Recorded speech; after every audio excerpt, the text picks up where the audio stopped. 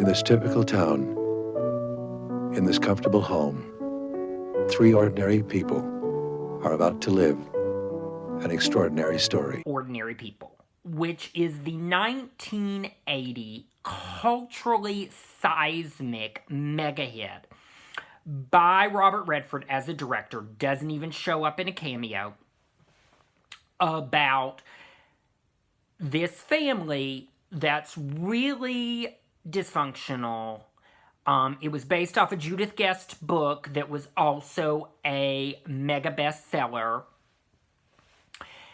And the seismic shift that happened, other than one, rich white people should go to therapy and send their kids. Oh! What kind of psychiatrists are you? They all believe in dreams. I do believe in dreams. Only sometimes I want to know what's happening when you're awake. The problem in the movie was not the child, nor the flower petal saint of a tax attorney played by Donald Sutherland. I renewed his symphony tickets once. Way what it mattered, what I wore. I was crazy that day. We were going to our son's funeral. And you were worried about what I wore on my feet. But the mega bitch mother. The point. He controls you even when you're 2,000 miles away. He isn't the problem. Isn't he? No, he isn't. Now let's talk about what's really bothering No, let's talk about what's bothering you. Because that's what you want, isn't it? you. Jesus, what have I done to make you so angry with It's me? not what you've done. It's what you think I've done. You blame me for the whole thing. But can't you see anything except in terms of how it affects you? No, I can't. And neither can you, and neither can anybody else. Only maybe I'm just a little more honest about Well, it. stop being so goddamned honest and start being a little generous and start thinking about him for a while. I don't know what it is he expects from me. I never have known. Well, I'll tell you what he expects. What? He wants me to throw my arms around him every time he passes an exam? Well, I can't do it. I cannot respond when someone says, here, I just did this great thing. Love me. I can't. All he wants is to know that you don't hate him. That's Hate it. him? God, how could I hate him? Mothers don't hate their sons. Is that what he told you? Do you see how you accept what he says with no questions, and you can't do the same thing I'm for just me, trying can to you? keep this family God, I together. don't know what anyone wants from me anymore. At the end of this film, we see that father and son are going to be fine. The son has already healed in the movie. And Calvin Jarrett, tax attorney in Lake Forest, is going to be single for about 2 minutes and 13 seconds before somebody scoops him right the F up for the kinder, gentler country club life. Remember, kind of like Reagan versus Bush, same rich white stuff, only kinder, gentler. So that's going to be his second marriage. Now, what will become of poor, broken Beth Jarrett? And here is the harsh truth. Beth Jarrett is only a problem if you want to be all in your feelings, Drake, or in your feelings, hot dentist who did the dance. Beth Jarrett is no problem if you don't have feelings.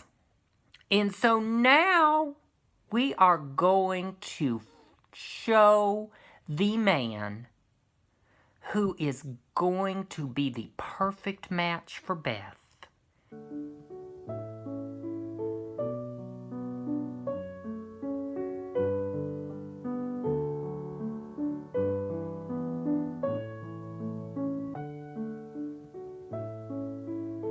No, not him. 'Cause if she got with him, she'd just have the same problems all over again, so would he. This guy. One of you boys owes me an apology. Now, I leave it up to you to decide which one of you wants to say I'm sorry. I'm sorry, boss. I'm sorry, boss. I believe you, Tinker. But you, O'Connor, somehow I don't believe you. Now, you better try it again. Because if there's one thing I can't stand, it's a man who's untruthful. I'm sorry, And if boss. there's one thing that disgusts me, it's a man who can't admit when he's wrong. I swear to God, boss, I'm sorry. You disgust me, O'Connor. You want to know why you disgust me? No, why, boss? Because you're a bleeder. She is going to infuse his sad, over-leveraged self with gob bags o' cash. Just like fellow Ordinary People alum Elizabeth McGovern as Cora in Downton Abbey. She's going to take her gob piles of money and she's going to find a sexy guy who's got a nice house in the middle of nowhere and nothing else. 2.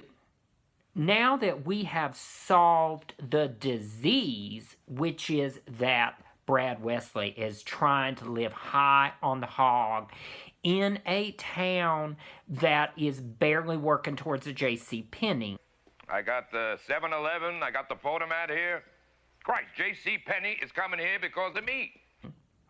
Then we can solve the symptoms. And that is getting rid of these hooligans. Remember that blonde? She could suck start a Harley. There he is.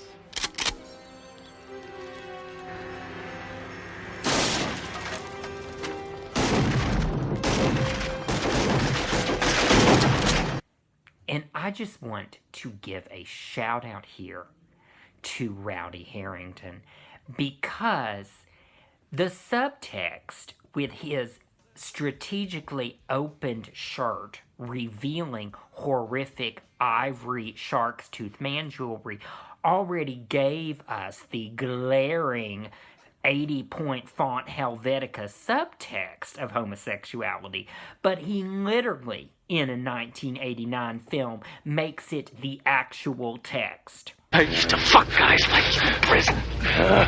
And you know that Beth Jarrett is not having any of that. Bye-bye. All of them are just going to end up working at the AutoZone. Number 3. Beth Jarrett is on a class above Brad Wesley. She was born into it, and she knows how to make money off other rich people. She's going to get him a whole new world of New Country Club and friends. She's going to get him playing golf and tennis and whatever. And with his olive skin, he's going to look good in tennis whites. And she's going to turn that country house into an entertaining destination. And if you think you can't turn a country house into an entertaining destination and then an empire, I have 4 words for you. Martha Stewart Turkey Hill. Today I came into my kitchen and I was getting dressed. And sitting right here at the counter, because I had invited them anytime they were in the neighborhood, President and Mrs. Clinton. And in final analysis, Beth Jarrett will go from being the hated bitch of the entire 80s cinematic canon to being a hero who saved Sam Elliott, saved an auto parts store, and saved Brad Wesley's life. She will be the hero that she can be because she is the original country club badass. What does Cal say about all this? You know, I think this can be saved. It's a nice, clean break.